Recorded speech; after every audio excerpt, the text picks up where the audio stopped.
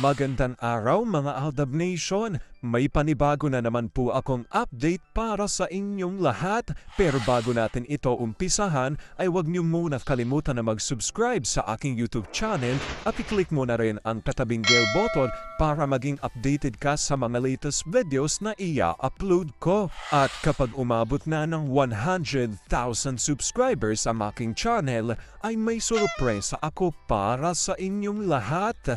Alam kong excited na kayo kaya naman ngayon, umpisahan na natin ang ating kwentuhan. Ang pag-uusapan natin ngayong araw na ito kung saan isang tahimik na kilalang personalidad ang lumutang para kina Alden at Meng. Siya lang rawang nag-iisang personalidad na may tapang na hanggang ngayon ay ipinaglalaban ang Maychard. Lahat ng alam is siniwala. Sino siya at siya ang nakakaalam ng sikreto ng Maychard? Gaano ito katotoo at may sapat nga bang ebidensya ang makakapagpatunay rito? Well, yan ho ang ating aalamin at pag-uusapan ngayong araw na ito. Pero bago ho yan, ay bibitinin ko muna kayo ng kaunting-kaunti lamang kung saan magbasa muna tayo ng mga nakakatuwang post ni My name is Theo01 sa Twitter. Kaya naman wag na natin patagalin pa at sabi niya sa kanyang tweet, bawat morning may kanya-kanya yan silang assignment para sa mga anak. Si M kay baby ko talaga yan naka-assign. Si A naman kay playmate at baby liit. Yan talaga ang routine nila. Pero minsan si A na ang gumagawa lahat kapag nilumpo niya sa gabi si Mrs. At pag nasa school na ang mga bata, balik higayan sila. Gustong-gusto ko yung nag-iinarte si MKA kasi todo lambing agad yung isa. May mga time nakakandungin niya lang to sabay watch ng movie habang nag-uusap. Si A hindi naman yung focus sa pinanonood. Panay lang yan sim-sim sa isa habang kinakandong niya.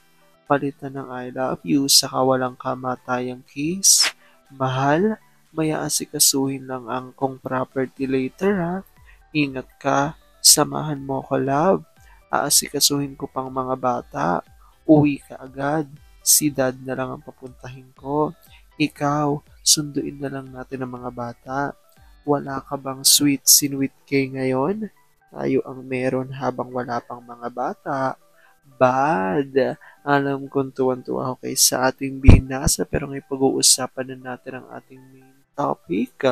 Oops, wait lang, saglit lang to. May ipapaalala lang ako para sa mga bago pa lang sa aking channel, huwag niyong kalimutan na mag-subscribe sa aking YouTube channel at i-click nyo na rin ang notification bell para lagi kayong updated sa mga latest videos na i-upload ko at para maging parte na rin kayo ng aking Fanatics channel family. Well, alam pong super excited na kayo sa ating kwentuhan, kaya naman dumako na tayo sa ating main topic. Gaano nga ba katotoo ng isang tahimik na kilalang personalidad ang lumutang para kina Alden at Meng? Siya lang raw ang nag-iisang personalidad na may tapang na hanggang ngayon ay ipinaglalaban ang Maychard. Lahat ng alam is siniwalat. Sino siya at siya ang nakakaalam ng di umano'y sikreto ng Maychard. Gaano ito katotoo at may sapat nga bang ebidensya makakapagpatunay rito? Well, yan ang ating aalamin at pag-uusapan ngayong araw na ito. Alam kong super excited na kayong malaman yan. Kaya naman wag na natin patagalin pa. Una-una na nga dyan ay galing sa tweet ni Larry1973 at ayon sa kanya, isa sa mga tahimik lang pero nararamdamang may malasakit kina Alden, Maine at sa ADN ay si Lars Santiago. Kaya lang isa lang siya at kailangan niyang mabuhay at pakisamahan ng mga buhaya at buwitre ng showbiz. Alda pa rin. At bago natin ipakita ang revelasyon dito ay ito muna reaksyon ng ilan sa Aldab Nation, sabi ni Chiclet. Yes, nasubaybayan din ang support ni Sir LS. No choice lang talaga siya. Aldab pa rin. Sabi ni Larry, naalala ko may pinukpok pa siyang bayarang writer na kinukulit si M about akla. presko ng JNP yun. LS has a good heart. Aldab pa rin. At sabi pa nga rito ni Chiclet, parang si Akla pa nga ang gustong gawa ng promo issue extra lang naman dun sa movie. Aldab pa rin. Sabi ni Larry, ang simulang malas, kaya yang si Lolo inuulan ng malas dahil dumikit sa aklang malas. At hindi rin ako naniniwalang walang alam si Coco. M sa balak ng network niya kay M. Laki sigurong binayad dyan. Aldab pa rin. At sabi pa ni Glow 574, kaya ininsist ang cousin para sa focus no to solo project. Aldab pa rin. Sabi ni Chiclet, correct ka, siguro nga alam din ni CM. Naki-ride on na din pero tahimik lang at may distansya siya. Ayaw din ni CM malasin kaya hindi naman inuulan ng kamalasan, hindi tulad ng iba. Aldab pa rin. At ito nga po ang kalakip sa post na ito na ayon dito na post noong January 27, 2017 at ayon dito Instagram post from Lars Santiago. The first thing that Alden did upon his arrival from the States this morning was to spend time with Meng. And yes, they had fun. Both very happy to be together again. May inamin si Alden sa akin about Maine. While he was far from her, he really missed Maine. Alden said that I really miss Maine. OMG, kilig match. Ayan nga po ang kanyang tinutukoy rito. Actually, marami mga personalidad ang alam naman natin, di ba, na naging bahagi ng Aldab journey, di ba, nung panahon ng Kalyeserye. Pero itong araw, ang isang tao, which is si Sir Lars Santiago, ang tila hanggang ngayon ay hindi sumasali sa Sarsuela ayon yan sa maraming mga Aldab Nation.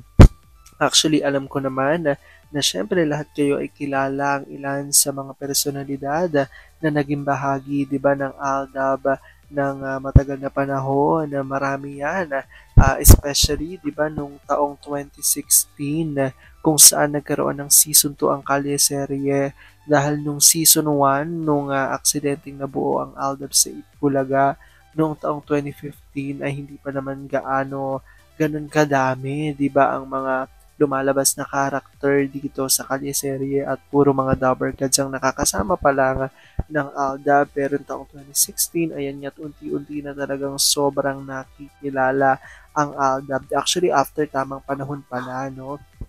Mali pala ako sa 2016.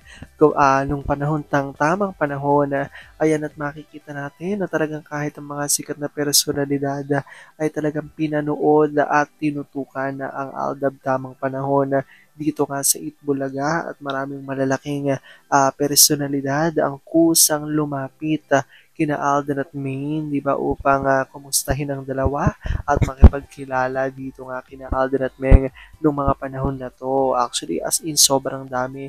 Hindi na natin may isa-isa. At noong panahon nga ng season 2 ng Kalyeserye taong 2016 ay mas lalong dumami pa.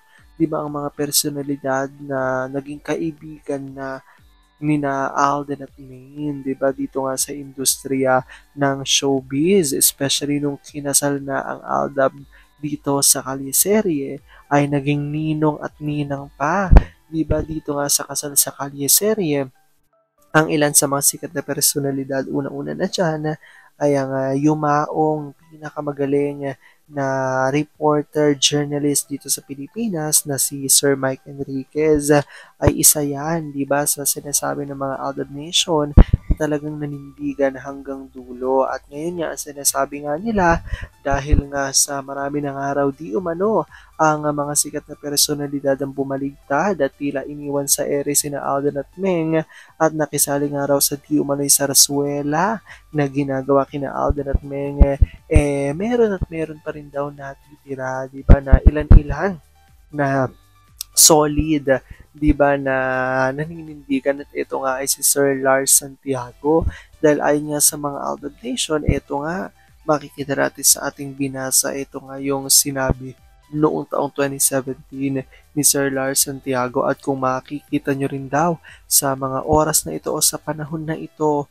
makikita naman natin ang isa sa pinakatahimik lang at hindi natin makikita na talagang sinusuportahan ng mga proyekto ni Alden at ni Meng individually. Hindi ito sinusuportahan na ni Sir Lars Santiago, dahil para sa mga Aldab Nation ay tila pagpapakita ito ni Sir Lars Santiago na siya talaga ay solid Aldab natured fan.